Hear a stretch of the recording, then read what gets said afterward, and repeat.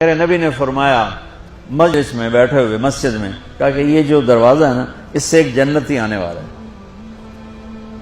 تو لوگوں نے دیکھا ایک مدینے کے مقامی آدمی ذرا بوڑھے وہ مسجد میں اندر آئے، داڑھی میں وضو کا پانی، ہاتھ میں جوتا،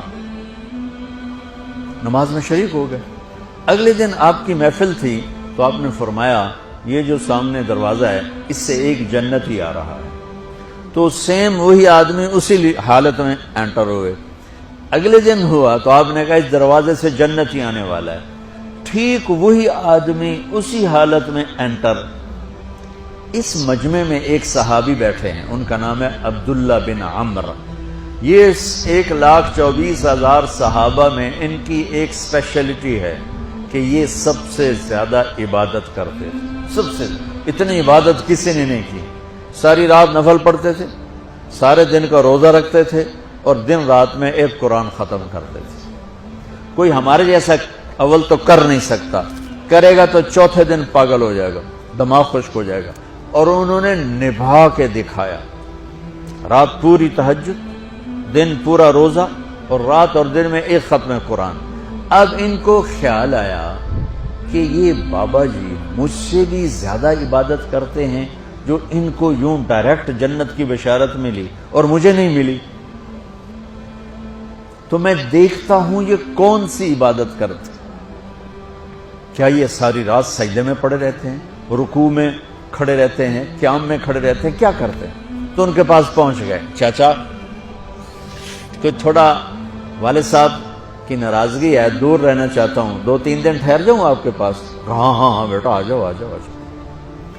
اب عشاء کی نماز کے فوراً بعد انہوں نے چادر اوپر لی اور چادر میں یوں سوراخ کیا اور یوں لیٹ کے دیکھنے لگے کہ اب یہ بزرگ کیا کرتے ہیں۔ بزرگ تشریف لائے، سرانے پہ سر رکھا، اللہم بسمک اموت و احیا، سونے کی دعا پڑھی، اور تھوڑی دیر بعد خراٹے تھے۔ وہ بڑے حیران ہوئے، بھئی میرا تو خیال ہے یہ ساری رات سجدہ کرے گا تو رو رو مسلح تر کر دے گا، یہ تو خراٹے چون جاندے نہ ہو جا رہے ہیں۔ اب وہ دیکھ رہے ہیں ابھی اٹھے گا ابھی اٹھے گا ابھی اٹھے گا، پھر انہوں نے کپڑا اتار دیا، ابھی سویا ہوا ہے۔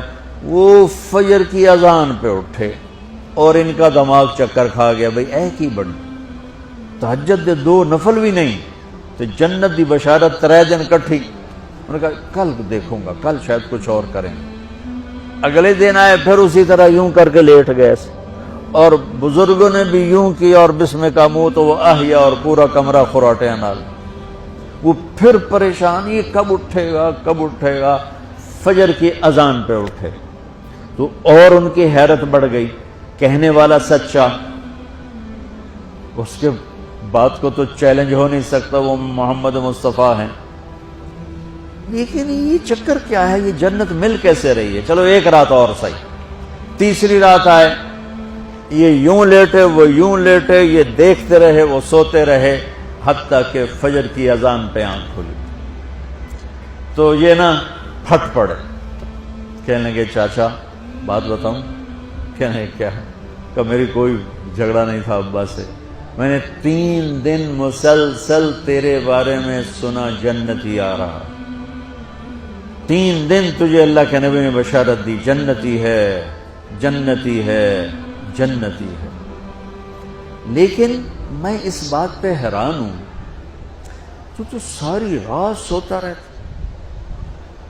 اس زمانے میں منافق بھی تہجد نہیں چھوڑتے تھے، فرض نماز تو فرض نماز ہے، منافق بھی تہجد نہیں چھوڑتے تھے۔ تو کہنے لگے کیا کرتے ہو؟ ساری رات تو سوتے گزار دیتے، کیا کرتے ہو؟ کہنے لگے بھتیجے جو تو نے دیکھا ہے یہی کرتا ہوں۔ اب یہ پریشان ہے کہ اللہ کے نبی کی بات کو تو چیلنج ہو نہیں سکتا، اور جس کو بشارت دی ہے انہوں تے فٹ نظر نہیں آ رہی کہ کیسے تو نفل آج کہ نیک لوگ تہجد نہیں چھوڑتے۔ تو کہنے لگے اچھا چلو اللہ نے ایسا ہی، اللہ کی مرضی، اللہ کے نبی کی مرضی۔ یہ 4 قدم چلے تو آپ سننا، کہا بھتیجے ادھر آؤ، کہا بیٹا ادھر آؤ، آ گئے۔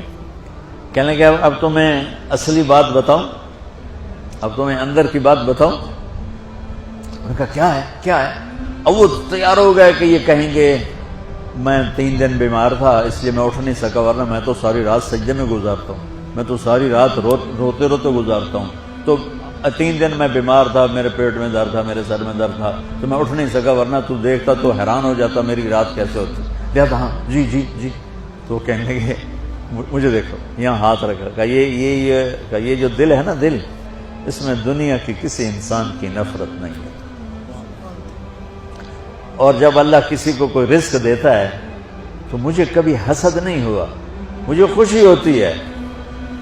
تو ان کی جو باڈی لینگویج تھی نا، حیرت میں ڈوب کے وہ کہتے ہیں ہاں بات ہے، سمجھ آ گئی یہی سے. انہوں نے ایسا نہیں کیا، وہ کہنے لگے ہاذا ہوا، اچھلے اپنی جگہ سے، ہاذا ہوا، یہ چاچا اب سمجھ میں آ گیا، یہی ہے جو آپ کا سینہ اللہ نے پاک کر دیا ہے، اس پر آپ کو جنت ملی ہے. یہ صرف تہجد تے نفلاں تے انج سوکھی نہیں لبدی، یہ جو آپ کا سینہ پاک ہے.